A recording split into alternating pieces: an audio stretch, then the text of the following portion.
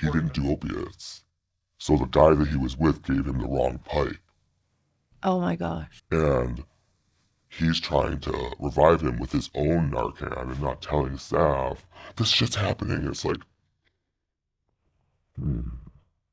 it's just really, it's everywhere.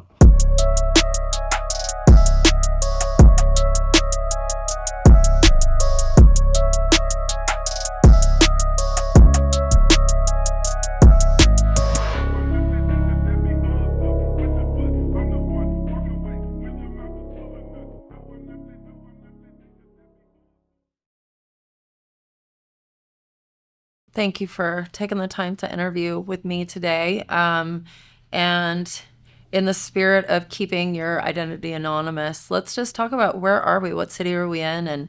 And yeah, and why are you here today?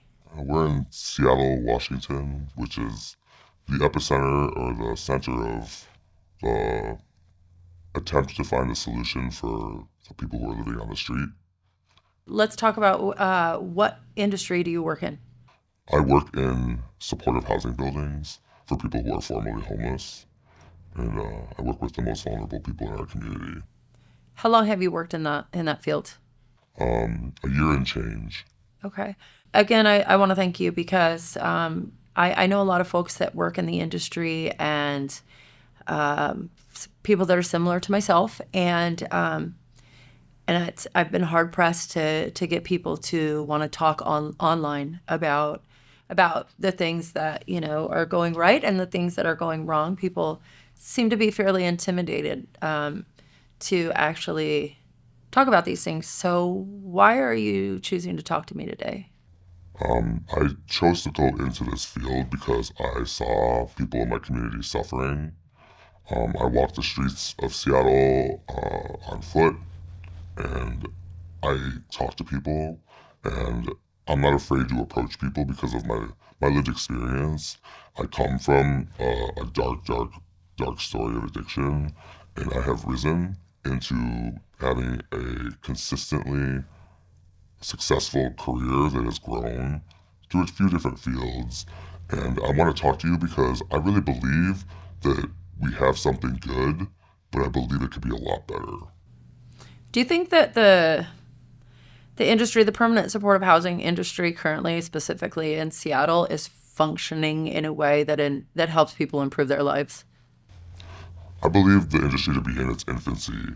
Even though it's been around for a while, I believe that the way that things are right now need to be changed because I don't believe that it's conducive to someone building a successful life that's actually going to be filled with healthy decisions, that's going to help people thrive, that's going to help people conquer those demons that hold us down and that society sees as the number one problem, whether it be drug addiction or mental health concerns. I believe that the care and the opportunities are there for people, but I don't believe that it's being executed correctly. Did you have a different perspective on what it might have looked like before you went in to work in this field? Oh, absolutely. When I entered this field, I had this whole idea that I was coming into this arena with all these people who are skilled, experienced, and all have the same mission in mind. But what I found is something quite different. Is it's a very convoluted.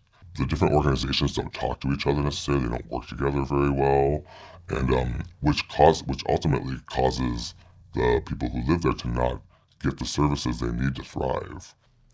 Are you familiar with the King County Regional Housing Authority? Yes, Does the organization KCRHA have a lot to do with the work that you're doing? I don't know deeply on that. They have some claims on their website. They claim to support the dignity and respect of the individuals that they serve that are coming out of homelessness.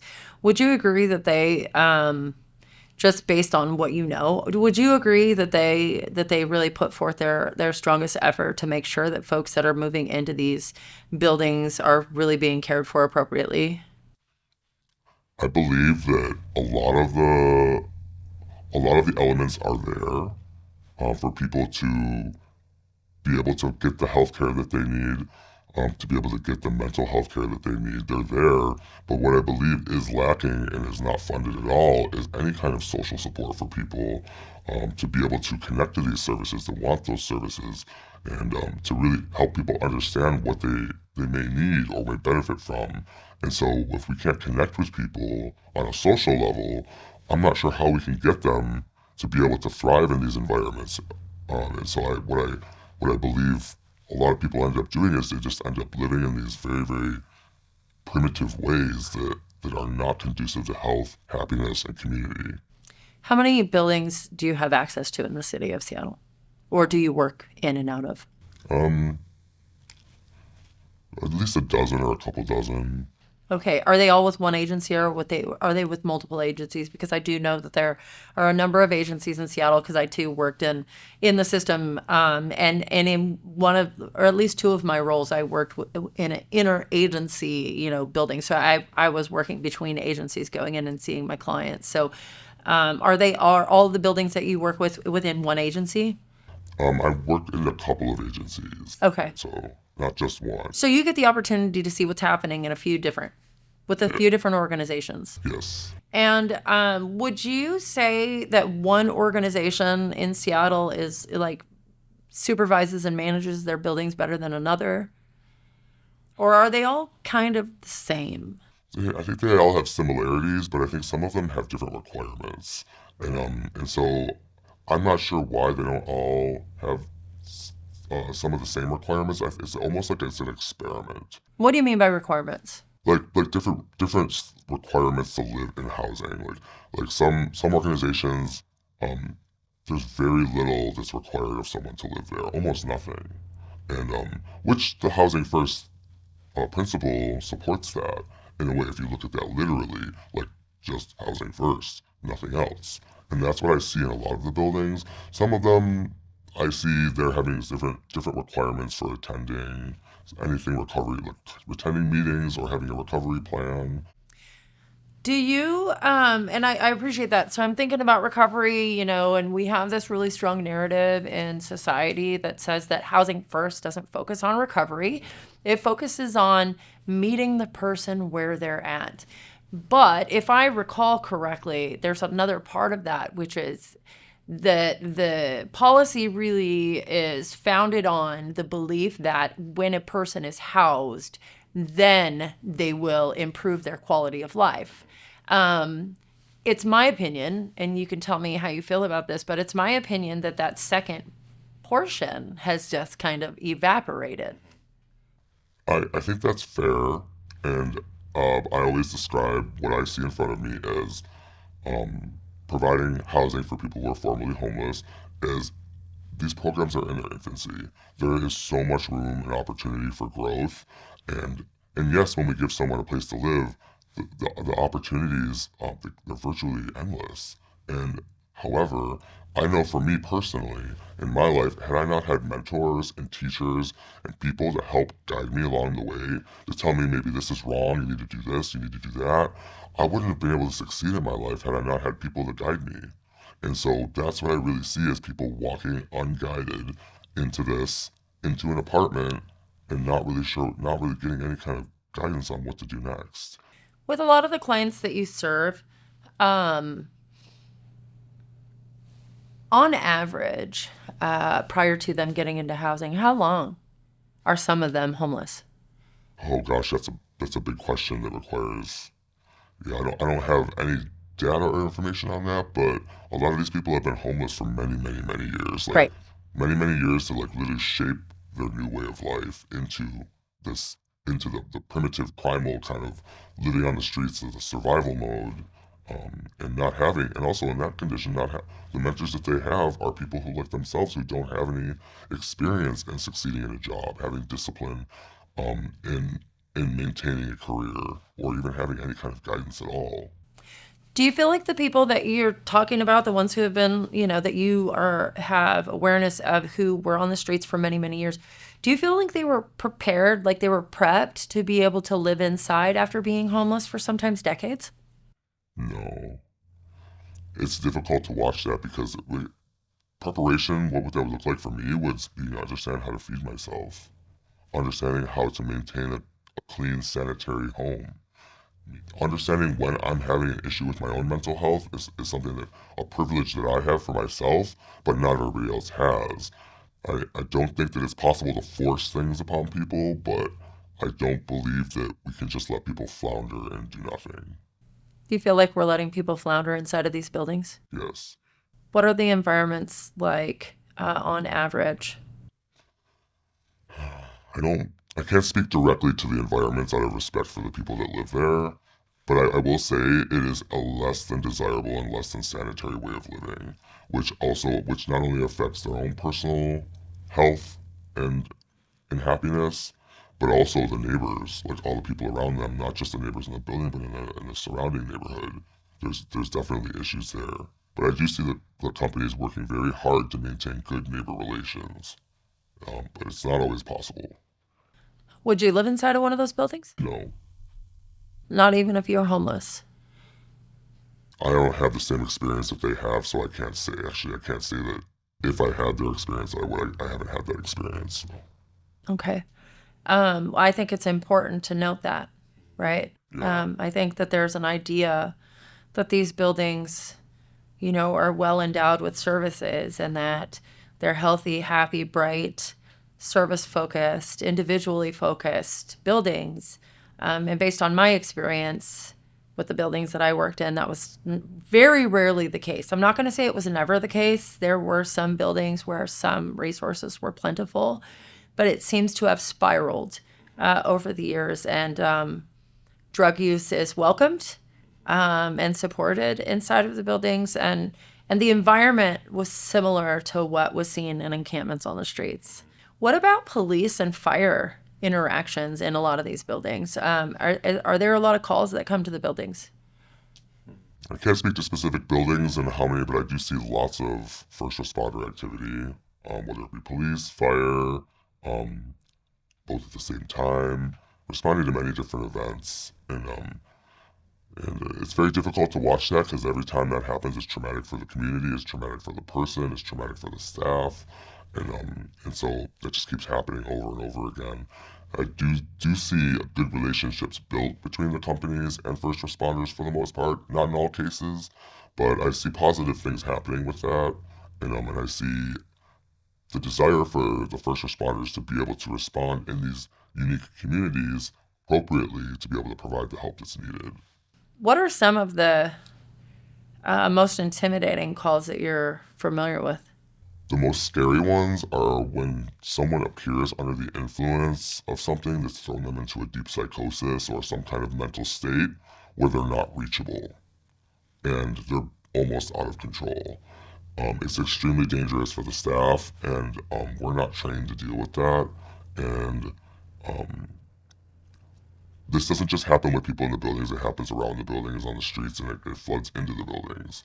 And so watching people that are suffering from extreme substance use, which may or may not be complicated by mental health concerns that they or existing ones they already have, that's very dangerous. And it's very scary to watch that. And every time I'm a part of something like that, I walk away with scars.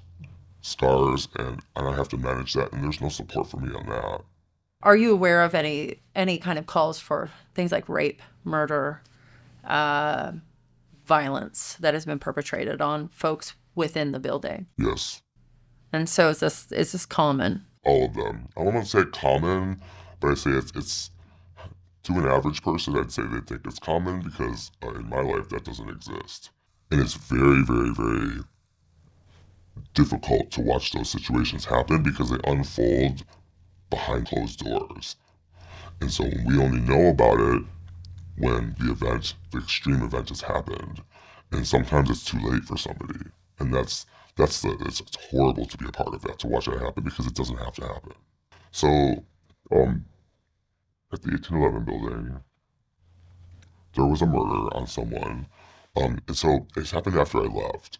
And so this person should not have died.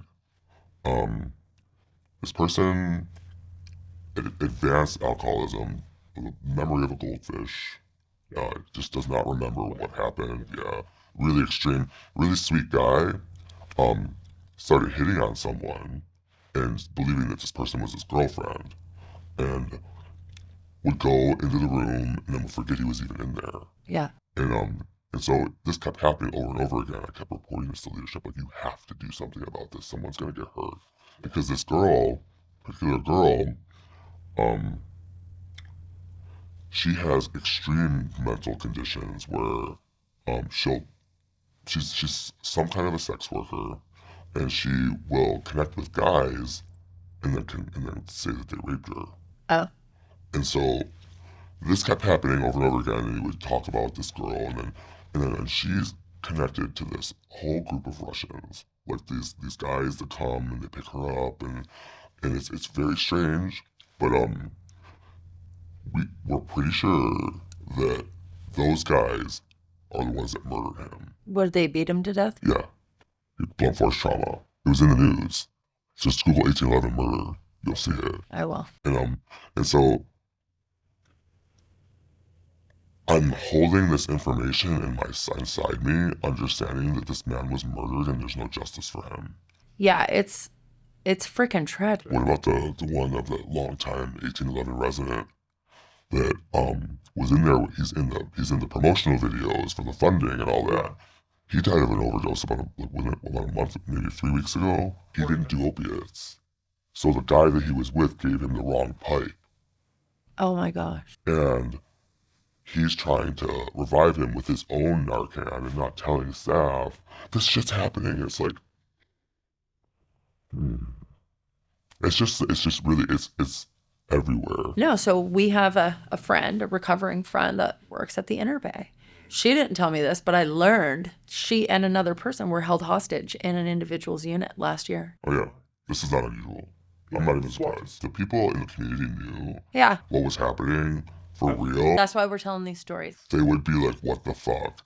And we shouldn't have to get to a point of being like, we're gonna expose you so that you fucking do something. Yeah. We shouldn't. We should, but that's where we're at. The flaw in the model is that there's no consequence for things. No. Like zero. And the only consequence I see is like violence towards another person, where it's actually like a category 4 assault, not a 3. Yeah. Or is it a 2? I can't remember which one's higher. 2 is higher. Yeah, so 2. Yeah. So 3 is there's nothing. They'll come there and they even say, this is a category 3. There's nothing we can do. Yeah. We're just gonna document it.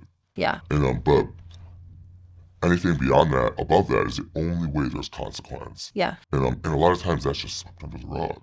How long do you see yourself staying in this line of work? Well, now that I've gotten a good view of the front line of what it's like to look at the supportive housing industry in its infancy, for me to be able to survive all that secondhand trauma, I honestly don't know. I've gotten to a point with a year and change there that it's exhausting to me, and it's almost, I'm starting to see myself not being able to be involved with it unless I'm involved with something that's solution-oriented, that's actually helping to influence people's lives positively, not just letting them flounder. And so I spend my time trying to engage with people in a way to try and stimulate any kind of growth or change within people, which is, like I described, there's a lack of social support inside the buildings. And so if we don't have that social support, people are just existing. So what I'm hearing you say really is that there's the potential for this being a positive thing, that there are components that are available, but they're not being accessed, they're not being utilized, so these environments are not safe. They're not even safe or a potential career path for somebody who can go home every night. And that the people that are living within these places are not therefore safe. Because if it's not safe for you, it's definitely not safe for them. So let me ask you a question. Because you continue to say that these programs are in their infancy. Could this environment grow faster into being a toddler and then a full-grown child faster than what it is? It's definitely grown very fast because the need is great. It's huge. It will always. The environment has grown, but coming out of its infancy hasn't grown. I don't see any evidence of it going to grow in that. I see it's just going to perpetuate as it is. I would love to see more support added inside there. I don't know why there hasn't been, why funding hasn't been devoted to that. I don't know if they just don't know what it is, what people need, what's required. Yes, this is all a huge quandary for all of us to understand what the solution is. And so, but the solution is not to do nothing. The solution is not to sit there and let people rot and die in their place, in their apartments. We have to do something to help them socially, to be able to establish a life that is stable, that is with dignity, and that it is not such a dangerous place to live. So, do you think that the right people are in positions of leadership to actually enact change that's going to be effective to help people's lives improve? I think our leadership is doing the best with what they have in ways. However, I believe we can do a hell of a lot better. And I'm not sure that the leadership that we have in place understands what the impact of adding those layers of support will have on people's lives. And if it doesn't happen, I'm going to start to think that they just don't care and that their agenda is elsewhere. I hate to think like that because I like to believe in positive intent. And but at the same time, if people's lives are gonna just continue to be as chaotic as they were on the street, then why are we here? Mm-hmm. What are we doing? I don't believe that the people that it's impacting necessarily are equipped to be able to share with us in a detailed way how their lives actually are. And I don't know if they necessarily even know that they can have better, which is like what I try to instill in people every day is you can have better, you deserve better, we can do better. But I just don't know if leadership feels the same way. Is leadership involved in any of the inner workings of these facilities? So, for example, do they come around enough to understand what's going on? Or do they just do sort of the mayor visit, right, where everything is all cleaned up and everything looks good on the outside? But do you think that leadership has enough engagement to actually be able to say, "Gosh, that's not sitting right with my spirit. I think we need to do something else." I've seen many great leaders that really are on that page. They're on the same page as the mission. I've seen many leaders that are, especially senior leaders, that aren't working directly in the buildings that are just I've never even seen them. Like I worked in a building for a while, for almost a year, and I never once saw any leaders outside the building visit that building. And I worked, and I just, I don't understand it because I feel like then as they're not involved, they're disconnected, and they need to be exposed on the front lines to see what's happening. Because I think they claim they know, and they may have experience in the past, but what about today? What about right now? Like, what are they doing to help on the ground line, at the front line here, to address this issue? When I worked in social services, everything is about documentation, documentation, documentation, writing notes, writing notes. Do you think that the notes that we have to write, the clinical notes to, support our funding and our data, do you think those things are making it to the powers that be so that they're saying, hey, maybe we need to take a closer look at this? I can't speak specifically to what the clinical notes are actually reporting. Yeah, that's a good point. However, you have to be there to see it. Mm-hmm. And and if we're relying on people to report what they see, I highly doubt that they're reporting the things that are the most dramatic, that are most extreme. And so, but I don't really know. I don't. I feel like just like with leadership not being in the buildings, you can't get an idea of what's going on unless you're there. Unless you're there. Yeah. How do you think that we encourage the presence of leadership so that they know what's going on, so that they can incentivize change? This is difficult because I feel like if we expose what's actually or show what's actually happening here, then we're going to lose funding. I really believe that that's a fear because none of us want this to fail. Like I want it to grow. I want it to be the best that it can be. But I don't think that the truth is really represented fairly about what's actually happening. When I say that, I mean, if we were to take any of the leaders in there and have them spend a day in one of the buildings, sitting at the front, being of service to people, managing the wild behaviors, the wild events that happen, the traumatic events that happen, the strange conversations that people aren't prepared to facilitate. If we are to have them come and sit through that, I'd like to see what they think. How can it improve? What kind of things? And I know you've talked a little bit about it, but let's create the picture of what would be a beneficial permanent supportive housing environment.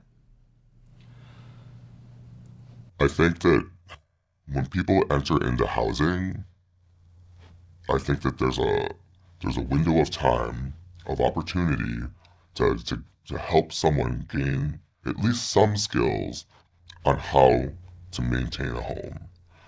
And when I say that, I mean how to ensure that it's livable, how to clean, how to ask for help if they don't know how to, they are not able to do that themselves, how to feed themselves, especially how to maintain a routine, um, how to understand how their presence impacts the world around them. And we can't force someone to do that. We can't force anyone to do anything. That's not why the PSH buildings are there.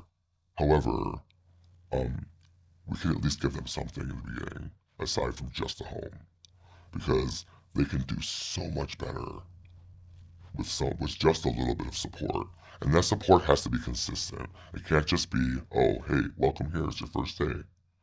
Have fun. See you later. Because that's kind of what it's like now. And that's a really raw, almost unfair representation because there is support. There's clinical support. There's different levels of mental health support that are available for people, but all of those resources are stretched very thin, and we can't chase people around all over the place to try to get them the care that they may need. They have to want it, is basically where we're at. They have to want it, but a lot of people appear to not want it, and therefore chaos ensues. How, I mean, how often does a person that's in active addiction want support if they're under the influence of a drug? I mean, think about yourself. How much did you reach out to your supportive friends when you were in active addiction? Yeah, it wasn't a thought. Um, what I did know was I felt pain. What I did know was this is how it is. And in that haze of intoxication, I did not know there was another way unless someone told me. I had people hold my hand and take me and walk me out of hell to be able to understand that I can have a life. Not just a life of despair and using, but a life that is filled with purpose, that is filled with community, that is filled with culture, that is filled with art, creativity, all that stuff.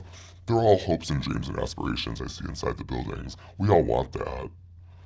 However, our ability to execute that is very, very limited because our resources are so limited.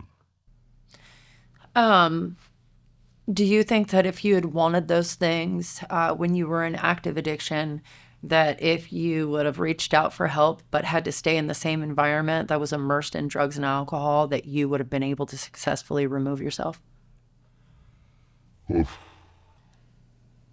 I mean, anything's possible, but what's the likelihood? It's not very likely, and because I work with some folks that genuinely want to have all of the cash and prizes that comes with recovery, what comes with a disciplined, well worked recovery. But when you put a drug right outside my door and I have no money for food and I have no any community can't help me be able to feed myself, what am I gonna choose? Hunger or drugs? I would have chosen drugs, definitely. I see that happening. Yeah. So, and that's a common thing, that the drugs are just right outside the front door of the individual. Um, okay, so the people that aren't making any money, how are their units being paid for? Are you aware? I don't know the specifics on that, Okay. but I know that they're able to get housing. Yeah. I know that. Yeah. Um, yeah, this has been really good. I'm really grateful for your perspective. Is there anything else that you want to share with me today? If I was to say anything to my leaders, I would say, can we please get more social support inside these buildings and more training for the staff? We have so much good going on, but we have so far to go. And I really hope and pray that we don't sit in a pool of stagnation, of misery, drugs, and despair when we have all these beautiful people around us that can thrive and contribute to community and have fulfilling lives. But like I said, someone had to show me what I could have because I had no idea. Thank you for taking the time to talk to me today. Absolutely. Thank you. Yes.